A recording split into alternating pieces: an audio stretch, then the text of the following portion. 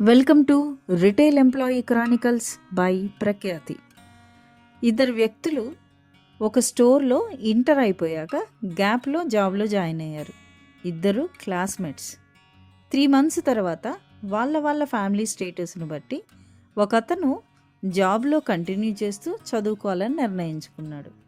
ఇంకొక వ్యక్తి జాబ్ మానేసి చదువుకోవాలని నిర్ణయించుకున్నాడు. జాబ్ చేస్తూ చదువుకునే వ్యక్తికి 3 సంవత్సరాల తర్వాత డిగ్రీ వచ్చింది. ఎట్ ద సేమ్ టైం జాబ్లో కూడా ప్రమోషన్ వచ్చింది.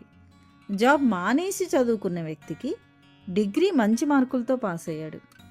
ఎన్నో ప్రయత్నాల తర్వాత మరలా అదే స్టోర్కు వచ్చి ఎంట్రీ లెవెల్ జాబ్లో జాయిన్ అయ్యాడు.